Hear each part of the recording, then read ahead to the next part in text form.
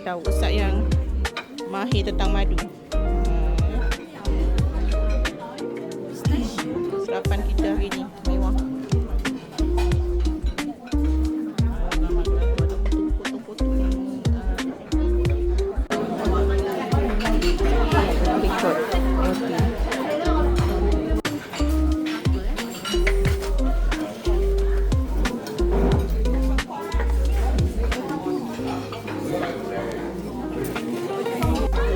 Potong tak? Potong.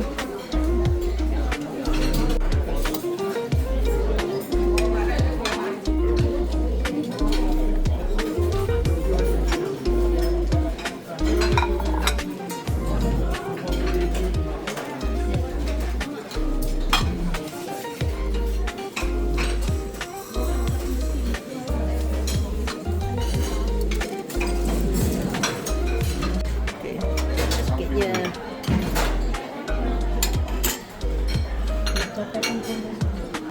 Spoon.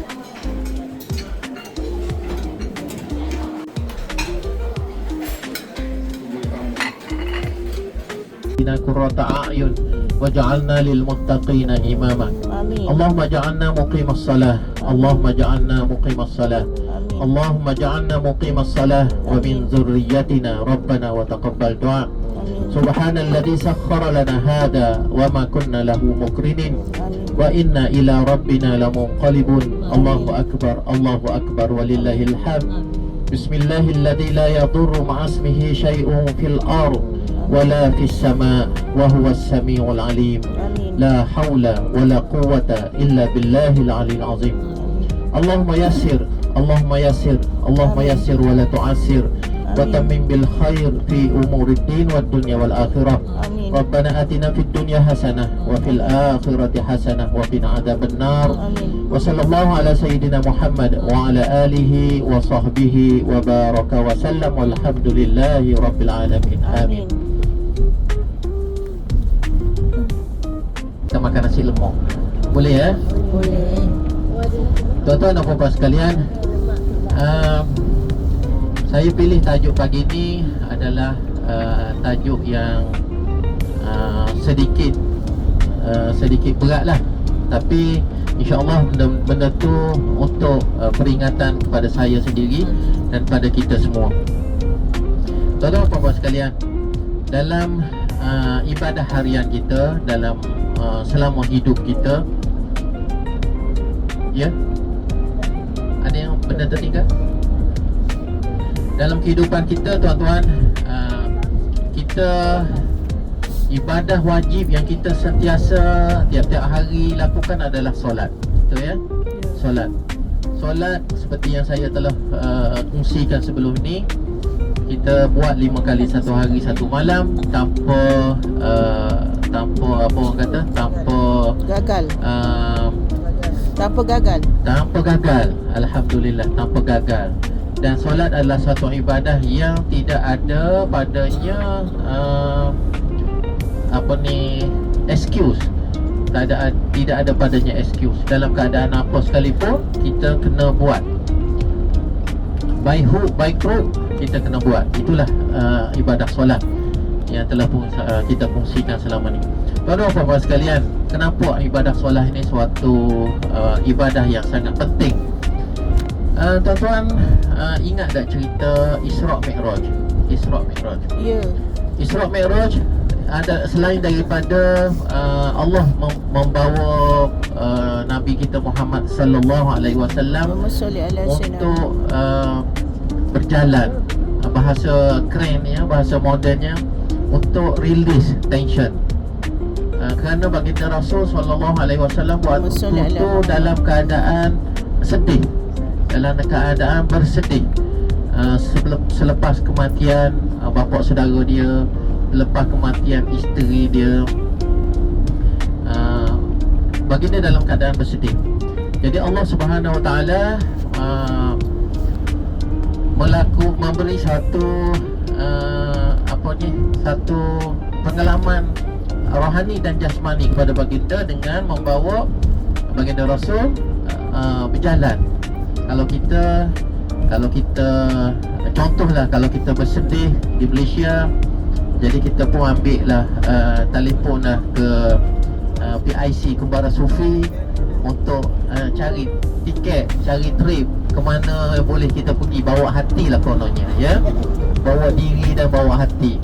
Kembara Sufi Tapi sedia Nabi menanti. sallallahu alaihi wasallam Allah telah programkan untuk menjadi nabi yang terbaik, nabi yang penghulu segala nabi. Bukan setakat penghulu segala nabi, tapi penghulu umat manusia, penghulu segala makhluk yang Allah ciptakan di bumi, di dunia. Jadi tuan-tuan dan puan sekalian, selain daripada berjalan untuk rilis tension Nabi, sebenarnya ada suatu tugas, Allah nak bagi suatu hadiah kepada Nabi, yakni solat.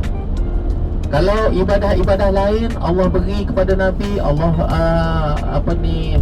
berikan kepada Nabi kita Muhammad sallallahu alaihi wasallam melalui wahyu, melalui perantaraan Jibril. Tapi solat satu-satunya yang direct Allah beri sallallahu alaihi wasallam dalam peristiwa Mi'raj.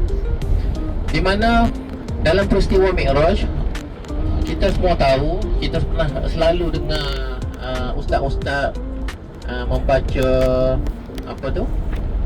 Apa dia panggil? Bukan berjanji, apa ya? Kasyidah. Cerita Isra Mi'raj tu apa dia panggil? Siapa boleh ingat? Isra Mi'raj apa?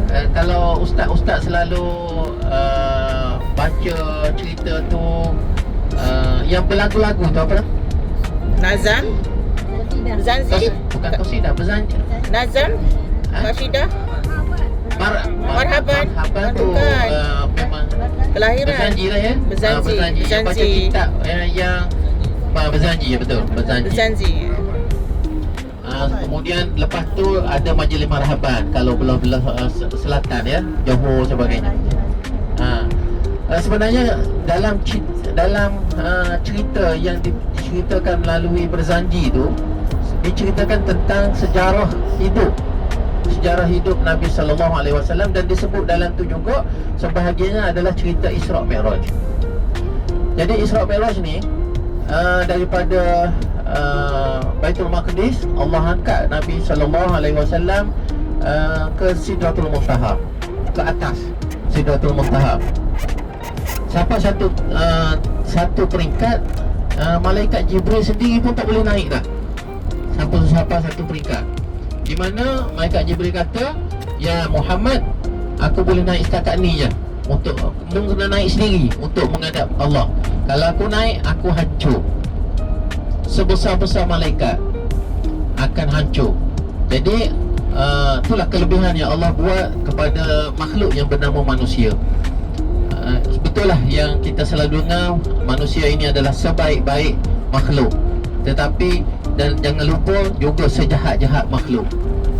Manusia boleh jadi semulia-mulia makhluk, tapi manusia juga boleh menjadi sehina-hina makhluk, lebih hina daripada binatang. Itu Allah sebut dalam Al-Quran. Okey, balik pada cerita kita. Kemudian Allah menghadap Rasulullah sallallahu alaihi wasallam menghadap Allah Azza wa Jalla, dan diberikanlah diberikanlah kewajiban solat daripada 50 rakaat, kemudian di diskaun sehinggalah dapat 5 rakaat. Samalah seperti yang kita beli baju jaket kulit tu ya. Daripada harga 1000, dia diskaun sendiri 50%, dapat 500. 500 tu bisik lagi dengan tu leader. Tu leader kata minta 200.5. Alih-alih boleh 300. Begitulah Nabi daripada 50 rakaat, kemudian turun, ceritanya tu panjang. Kemudian akhirnya Allah bagi 5 rakaat, 5 waktu, 1 hari 1 malam. 5 waktu tu pun kita kadang-kadang berat untuk laksanakannya. Padahal 5 waktu, apalagi kalau 50 waktu, saya tak dapat bayangkan macam mana kita nak buat kalau 50 waktu. Okey, tuan-tuan dan puan sekalian, anugerah yang Allah berikan, kewajipan yang Allah berikan kepada umat Muhammad, 5 waktu solat tu adakah ianya beban ataupun ianya nikmat? Nikmat. Cuba Nikmat. tuan-tuan jawab. Nikmat yang sangat besar. Nikmat. Bagi orang yang menikmati, dia akan rasa nikmat. Tapi bagi orang yang tidak menikmati, dia akan rasa beban. Sebab tu dia tinggal. 5 waktu pun dia tertinggal. Mungkin dia tak sengaja tinggal, tapi dia tertinggal. Bahasa lembutnya sedikit begitu. Tuan-tuan dan puan-puan sekalian, kemudian saya dah bercerita, hari ni kita bercerita tentang macam mana Allah berikan kewajipan solat itu direct kepada Nabi Muhammad sallallahu alaihi wasallam. Dan kita dah kemarin dah bercerita bahawa solat itu tidak ada kompromi dalam pelaksanaannya, kerana benda tu daripada Allah direct. Kemudian Nabi kita ajar ada pelonggaran cara pelaksanaan. It starts here. 10 hours. Adventure. Real adventure.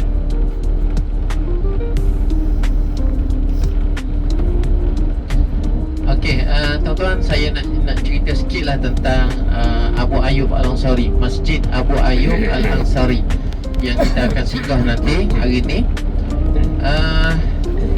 Kemarin saya dah sentuh sedikit tentang Abu Ayyub Al-Ansari. Siapa sebenarnya Abu Ayyub Al-Ansari? Abu Ayyub Al-Ansari adalah sahabat Nabi, sahabat penduduk Madinah, Al-Ansar, kaum Ansar Madinah. Semasa Nabi SAW hijrah daripada Mekah ke Madinah bersama Abu Bakar, apabila masuk je ke Madinah, penduduk Madinah menyambut. Dah tertunggu 3 hari dah penduduk Madinah menunggu kedatangan Nabi. Apabila nampak je Nabi sampai, nampak je dari jauh bayang 3 orang, Nabi Muhammad, Abu Bakar dan unta baginda. Kemudian penduduk Madinah dengan sangat excited, sangat gembira, melantunkan syair. Sampailah sekarang kita selalu berkasidah tentang syair yang disantunkan oleh penduduk Madinah. Siapa masih ingat syair dia? Tola'al badrun alaina. Tola'al badrun alaina. Itulah sebenarnya syair, ya, syair. Dan sekarang kita jadikan qasidah. Tola'al badru alaina, telah terbitlah ke atas kami bulan, dan banyak lagi lah, panjang lagi. Kemudian apabila rombongan kecil baginda sampai ke tempat kaum Ansar, kaum muslimin yang sedang menanti, Has many factories, industry city. Left side is the Hyundai factory. And all this belongs to Assan. Assan is a very big steel producer, the Turkish. All the left side belongs to Assan. All the land, everything belongs to him. He bought it all.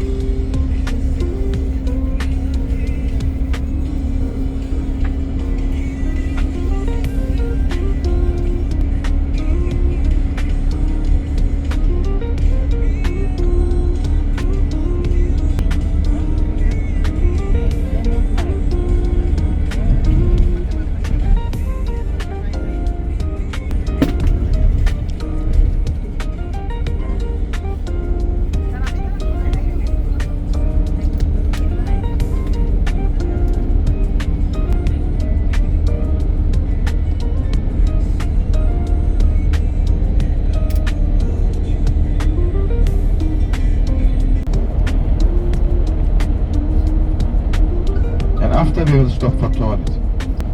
Asım Kibar. All belongs to the left side to Asım Kibar. His factories, including partnership with the Hyundai. His son is now 5 tunnels, 11 kilometers.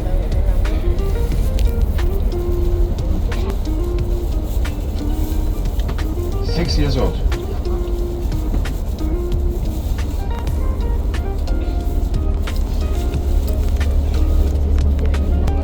Goes about 400 kilometers, the new highway.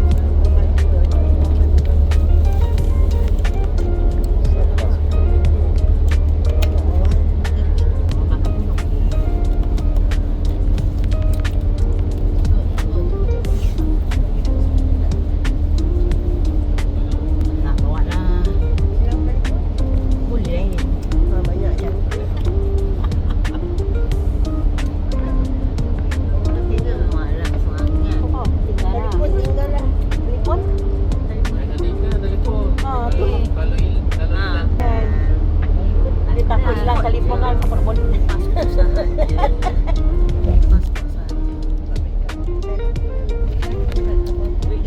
Kan? Kalau pasport hilang tak boleh balik kan? Sebab dia orang suka sangat duit pasport. Pasport kena tinggal kan? Takut kalau pasport duit hilang kita boleh ni pasport. Cepat je lah atas pasport.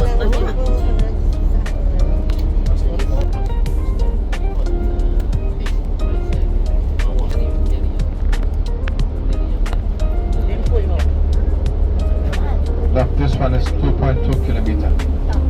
Yang cincin-cincin pun nampak.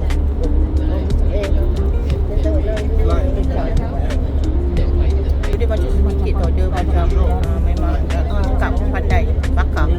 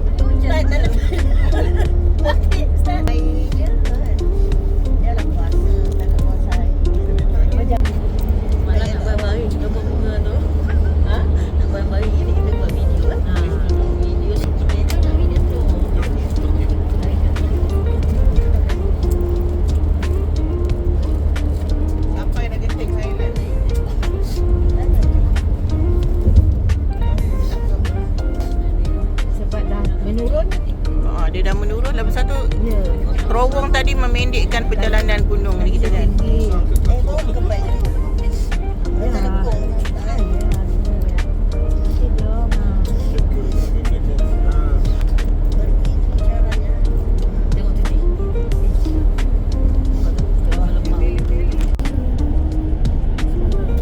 So that's the new highway. It's 6 years old. Yeah, 1992 it was constructed. This one is 6 years.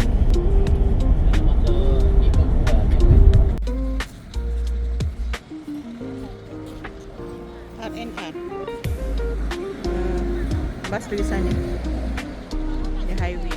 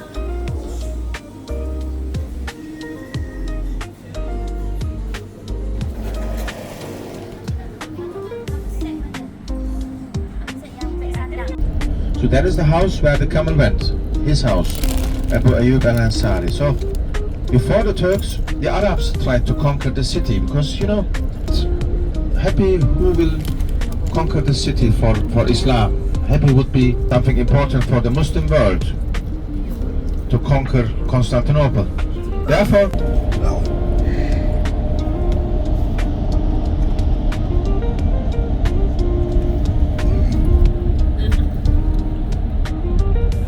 Dia potong lagi. Dia potong lagi. Dia potong lagi. Dia potong dia. Dia mengalah. Sebenarnya kita dah dekat dengan Istanbul. Selepas melalui terowong, kita berhenti dekat stesen minyak. Sekarang ke bawah, jadi dah tak ada kabus macam tadi lah. Pemandangan nampak lebih cantik. Nampak ada bunga-bunga dekat tepi mana tempat berhenti. Tu bunga oren. Bunga liar.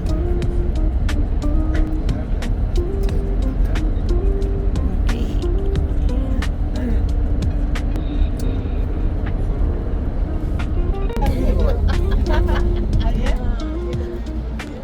Ada. Dia tutup. Oh, ada tutup.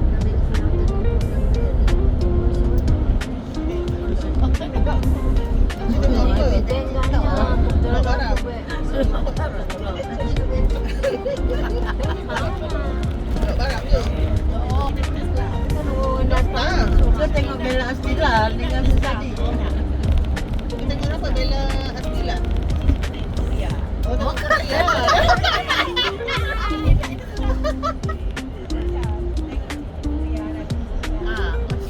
Korea. here.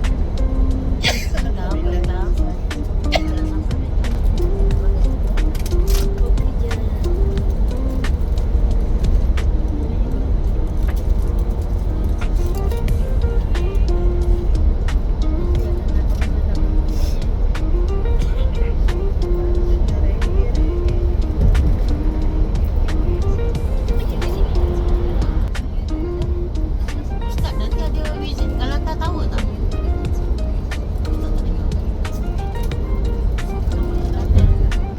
Ayat. Did we visit Galata Tower? No. Galata Tower on the Friday, we'll have free time in taxi.